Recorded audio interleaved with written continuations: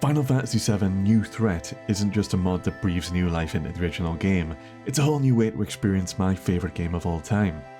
I've just played through it for the first time and it was absolutely brilliant. Some of the changes completely blew my mind. But be warned, in this video I'll be showing the story changes, new bosses and wild twists, so there will be spoilers.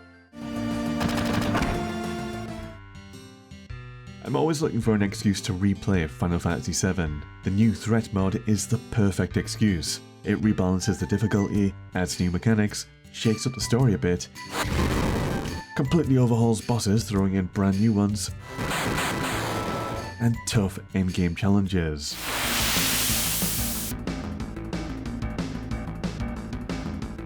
If you're a fan of the original game, I highly recommend checking out New Threat. It's really well done and respectful to the original game. It feels legit.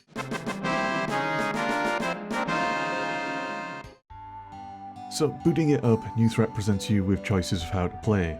Game Type A rebalances the game and adds new features, while Game Type B is what I played. It really changes up the game, and those changes kick in straight away. Tifa jumping off the train at the start. New materia placements, new innate abilities for each character, and an alternative guard scorpion boss that's in a new position. Really cool, it's giving Biggs and Jessie a bit of trouble.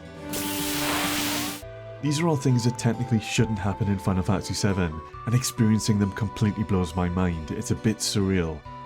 New Threat is so effective because these changes are designed to fit right in. They're faithful to the original game's story and lore. Any new dialogue feels authentic with the story and characters. It feels respectful and legit. The mod doesn't open up a multiverse or a load of plot holes. It's thematic. Oh, it is it? Some of these new scenes even existed in the game files and were never used in the original game. The mod restores and completes these unfinished scenes. Originally, I would have said New Threat is for someone who's already played FF7 and wants to change it up. It's good to have some knowledge of the Materia system going in because I'd say the main story is a step up in terms of difficulty.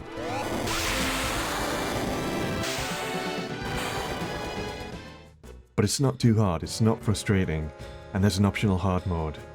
But characters are so fleshed out and their extended stories are so good, it makes me want to recommend this to everyone, including newcomers to the game. So early on we've got Rude taking the place of Reno. Shinra kidnaps Tifa instead of Aerith. There's a Colosseum arena in Wall Market. And this time round, Midgar's plate doesn't fall, which means Biggs, Jessie and Wedge survive. The whole thing's a really cool experience because you're expecting the game to go a certain way like it always has, then it subverts your expectations. One change I really like is the integration of characters into the background environments. That's in places like the Icicle Inn or Chocobo Ranch. You can find everyone just chilling out and they'll have dialogue. It's such a small, subtle detail but really brings the world to life. You get to see a bit more of the party and it adds to that sense of travelling together on the huge journey of Final Fantasy VII. Before we get into the Materia system, if you're a huge fan of RPGs, consider subbing to Peter Bytes or liking the video. I'm a bit of an indie game developer, cover lots of RPGs, and you might like my Final Fantasy series where I'm replaying them all and ranking them as I go. Thank you. How does Materia let you cast spells exactly? I've always loved the Materia system in the original Final Fantasy VII, one of my favourite forms of RPG customization.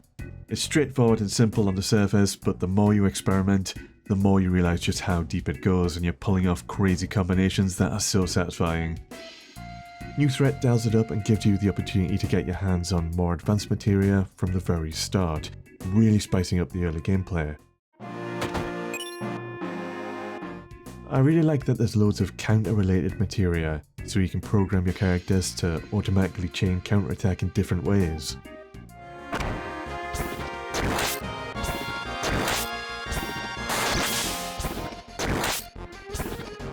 New Threat is rebalanced around this. It's a step up in difficulty, so you're going to really appreciate those materia combos.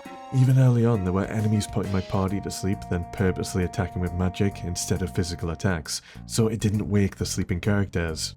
That's some nasty AI. Because all the materia placements have changed, I've had to play the game with a fresh perspective in mind. I'm searching all the places that I wouldn't normally bother with because this time around there might be new items or materia hiding there. And there are entirely new ones to discover, like Osmos, which lets you drain a target's MP. And there's also Pearl, which deals holy damage. Hands down, favourite change involves Aerith. There's a way to save Aerith this time around. During the Genova Life boss fight, Genova will take control of Aerith's corpse and use her against the party.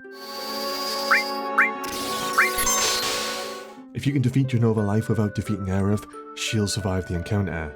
Thing is, that's harder than it sounds because it's very easy to accidentally clip or counterattack Aerith, so I had to rejig my materia. I think it was a really cool way of saving Aerith, and it's an optional challenge too.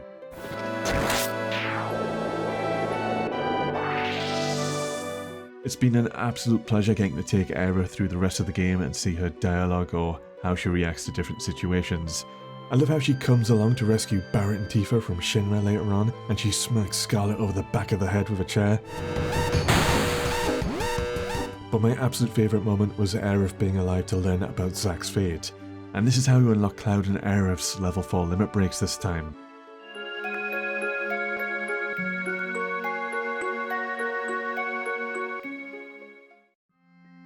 On the topic of limit breaks, they're all completely rebalanced and have extra effects.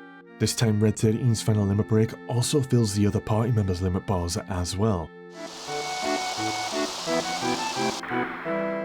Sounds overpowered, but the endgame challenges are brutal. How you unlock each character's final limit break and ultimate weapon has changed. There's new side stories and boss fights for your characters, and I've got to admit, I was really surprised how good the stories and character developments are. There's extended scenes between Red 13 and his grandfather, Bugenhagen. You then have to fight Django, a nice little callback to the Squaresoft fighting game Urge Eyes. Well, Yuffie's trial with her father has been reworked, and there's a new boss fight. These extended side bits are so good, it makes me want to recommend New Threat to anyone and not just FF7 veterans. Something else I think worth a mention. In the original game you could find sources which permanently increased your stats, and late game you could morph enemies into sources. Wasn't really worth the effort, and some of the character stats were kinda useless. New Threat rebalances character stats and completely changes how you acquire sources. There's a new SP system, and basically after you've beaten certain bosses you can upgrade your characters by choosing from a selection of stat upgrades through sources. It's a little janky but it works great, rebalances things and adds another layer of RPG customization.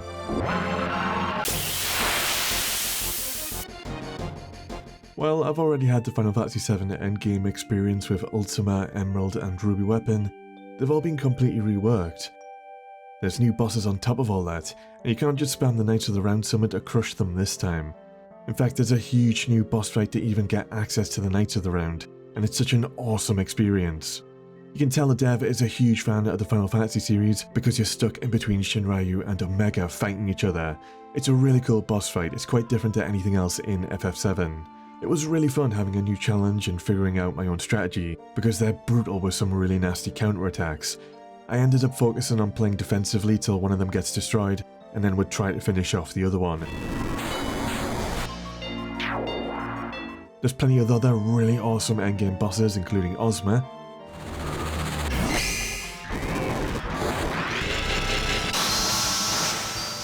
And there's Calamity, which seems to be made from leftover Sephiroth clones or Genova cells, and I still haven't figured out how to beat this one yet.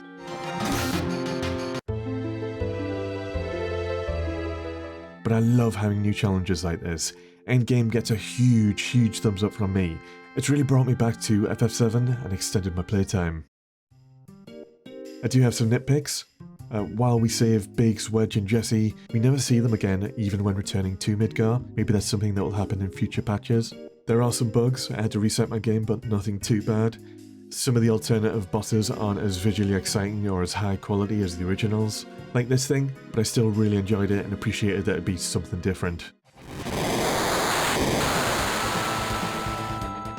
In fact, I'm so impressed, I kinda wish Square Enix would create content like this for older games. Not just remastering and completely remaking them.